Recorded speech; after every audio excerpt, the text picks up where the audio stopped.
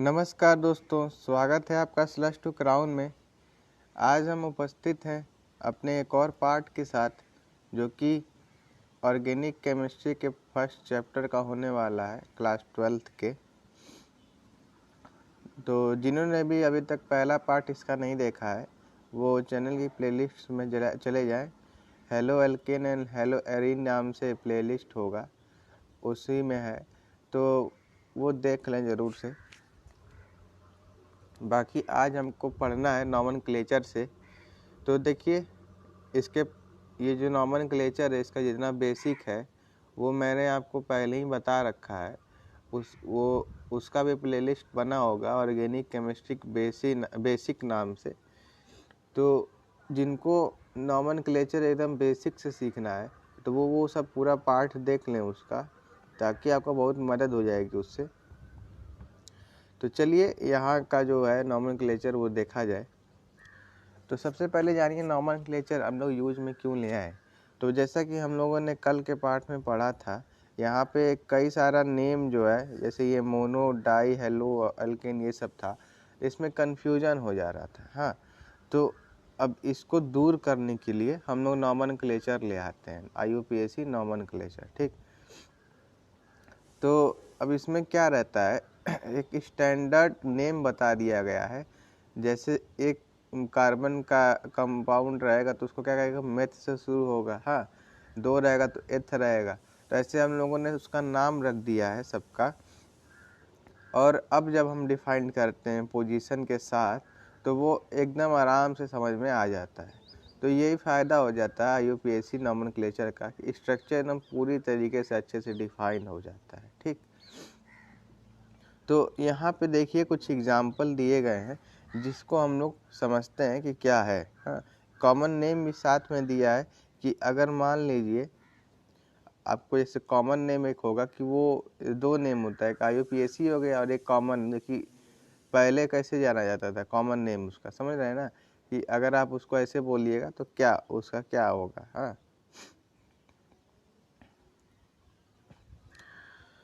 तो चलिए देखते हैं। सबसे पहला है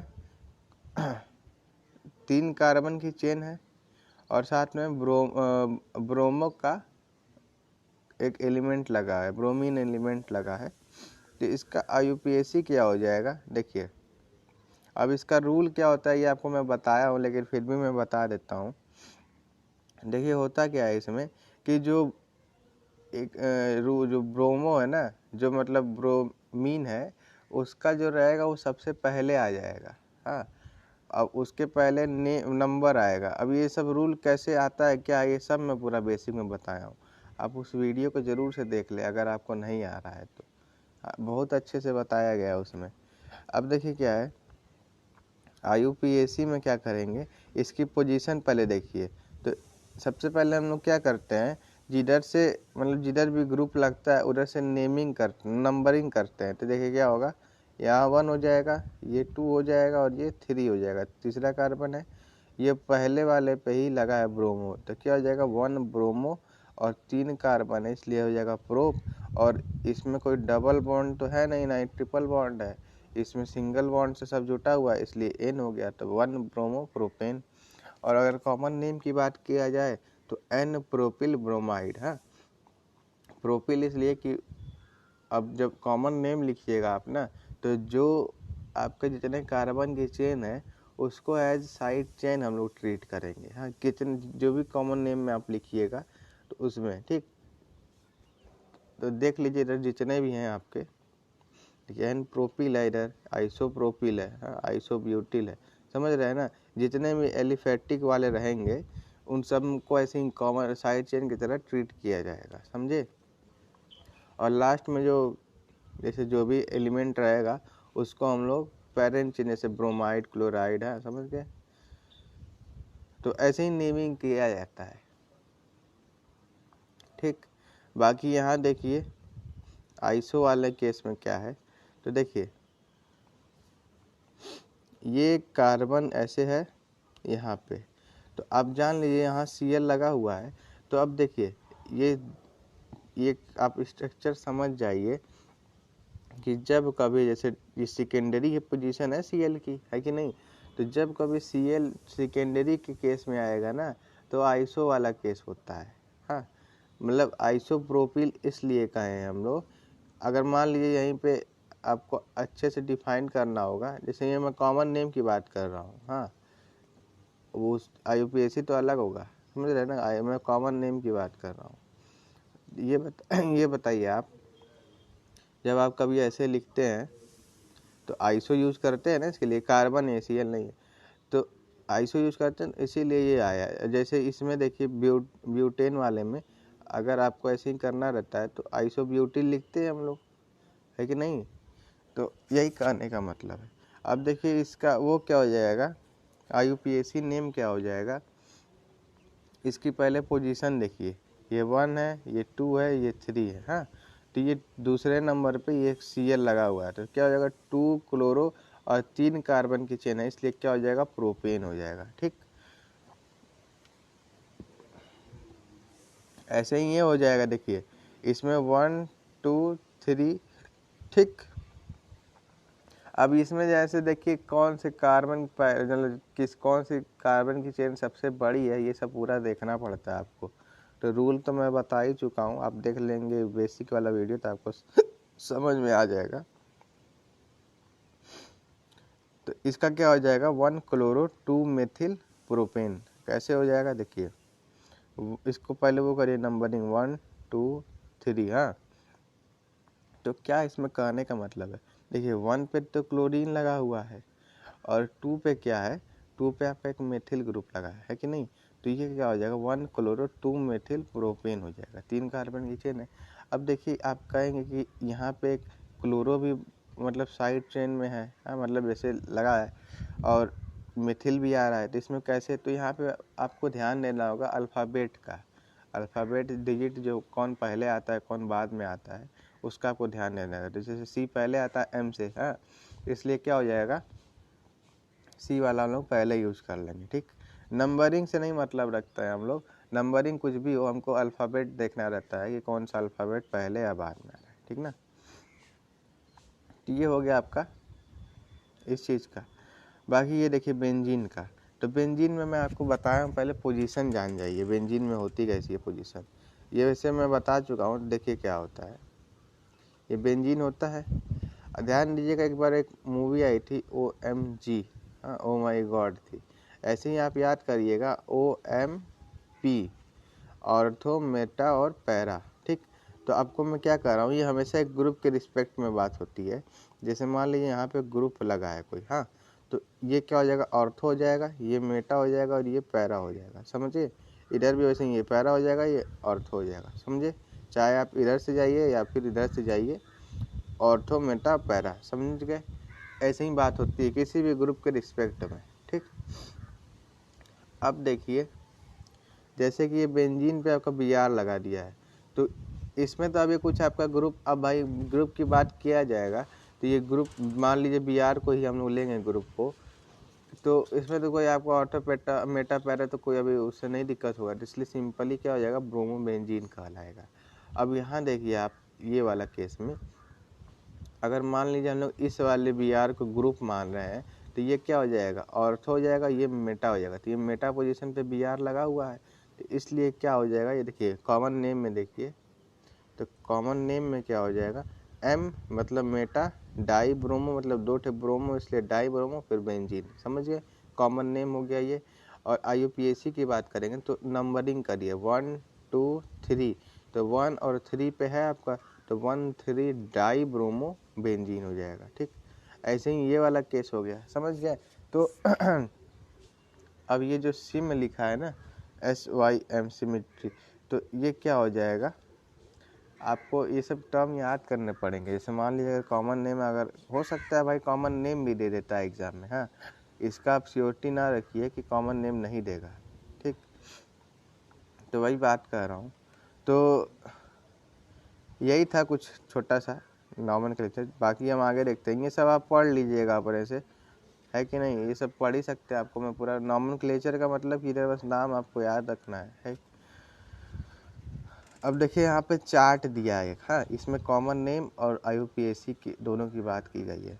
तो मैं आपको करूँगा क्या, मैं आपसे ये कहूँगा कि आप इस जितने भी ये एलिमेंट दिख रहे हैं ना, जितने भी एलिमेंट है, अगर आपको IUPAC नॉमेनक्लेचर आ रहा है, मतलब आप एकदम श्योर है कि हमको आता है, तो आप एक काम करिएगा, ये जितने भी एलिमेंट है एक तरफ लिखिएगा और उन सबका IUPAC नेम लिखिएगा पहले। हाँ, IUPAC नेम लिखिएगा, और IUPAC नेम जब आप लिख लीजिएगा तो कॉमन नेम वो अपने आप समझ में आ जाएगा आपको। कैसे समझ में आ जाएगा, तो उसमें कोई दिक्कत की बात नहीं होगी, क्योंकि कॉमन नेम क्या होगा ना कि आप जब नॉमेनक्लेचर कर देंगे तो आपको एक खुद आइडिया हो जाएगा।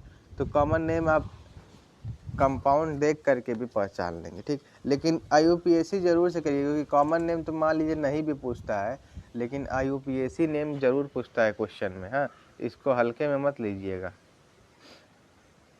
अब देखिए यहाँ पे कुछ क्वेश्चन दिए गए हैं। इस क्वेश्चन में आपको क्या करना है, स्ट्रक्चर से, मतलब कि कंपाउंड Fe5H11Br। हाँ, अब इसका पूछा है कि कितने आइसोमेरिज, मतलब आइसोमर कितने बन सकते हैं, और प्राइमरी, सेकेंडरी या टर्सरी को भी डिफाइन करना है।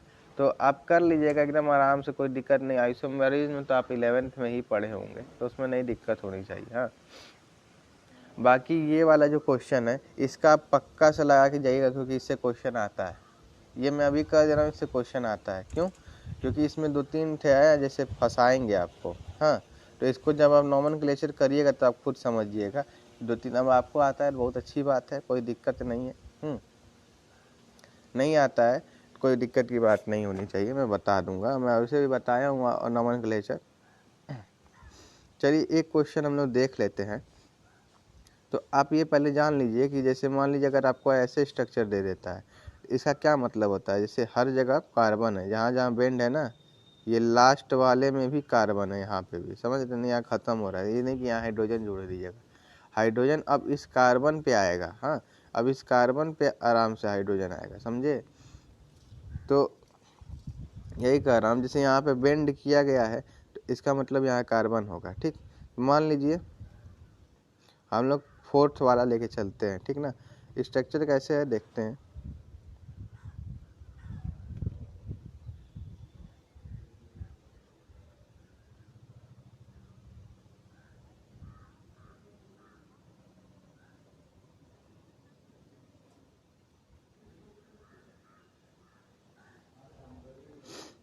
इसी तरह से स्ट्रक्चर आपका बना है, बाकी हाइड्रोजन लगा हुआ है। हाँ, तो देखिए इसमें क्या करेंगे हम लोग। अब इसमें प्रायोरिटी की बात आ जाती है। देखिए पहले अब नंबरिंग हम लोग करेंगे।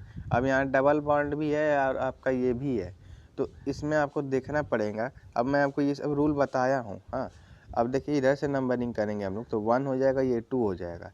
लेकिन इधर से देखिए पहले ही कार्बन पे ये आ रहा है Br, तो हम लोग इसलिए क्या करेंगे,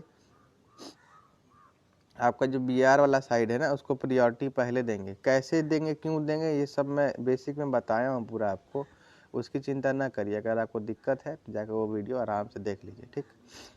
उसके बाद 2, फिर 3, फिर 4। हाँ, इसका क्या हो जाएगा, जैसे 2 पे में ये आपका ENE वाला ग्रुप है। हाँ, तो देखिए क्या है, 1 ब्रोमो, 2 के बाद मेथिल भी तो लगा है, 2 मेथिल, फिर क्या हो जाएगा ब्यूट, 2 इन हो जाएगा, समझे।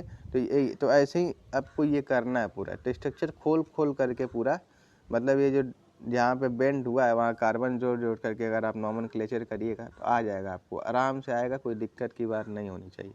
लेकिन हाँ, आप लोग ये प्रैक्टिस ज़रूर से करिएगा, क्योंकि अगर बहकाइएगा तो फिर आपको ही दिक्कत होगा। क्योंकि ये वाला क्वेश्चन तो आप पक्का मान के चलिए, इससे कोई ना कोई स्ट्रक्चर सेम टू सेम एक स्ट्रक्चर देगा ज़रूर से, ठीक। इसलिए आप पढ़ लीजिएगा। बाकी अब यहाँ देखिए 10.1 में क्या कहा गया है। अब आपको ये नेम दे दिया गया है और स्ट्रक्चर बनाना है। जैसे हम बात कर लेते हैं पहले वाले की, तो देखिए क्या करना है। यहाँ पहले हमको सबसे लास्ट वाला देखिए कितने कार्बन की चेन है, तो इसमें पेंट की बात हुआ है, तो सबसे पहले देखिए 5 ठे कार्बन की चेन बना लीजिए आप, ठीक। पेंट हो गया। अब क्या कह रहा है, तीसरे पे मेथिल है, तो किधर से भी आप तीसरा ले लीजिए, इसमें तो कोई दिक्कत नहीं है। तो मान लीजिए हम इधर से ले लेते हैं तीसरा, तो तीसरे पे क्या है, मेथिल ग्रुप लगा है। और दूसरे पे क्या है Cl ग्रुप लगा है। तो देखिए यही स्ट्रक्चर हो गया। चाहे आप इस तरफ से बनाइए चाहे आप इस तरफ से बनाइए, कोई दिक्कत नहीं होगा। ठीक, तो यही था। अब बाकी हम लोग नेचर ऑफ CX बॉन्ड से कल से पढ़ेंगे। बाकी आप यहाँ तक आप प्रैक्टिस कर लीजिए, इसीलिए मैं आगे नहीं बढ़ रहा हूँ कि आपको ज़्यादा काम हो जाएगा। प्रैक्टिस ज़रूर से करिएगा। तो सब्सक्राइब कर लीजिए चैनल को, ताकि आने वाले वीडियोस आप तक सबसे पहले पहुँच सके।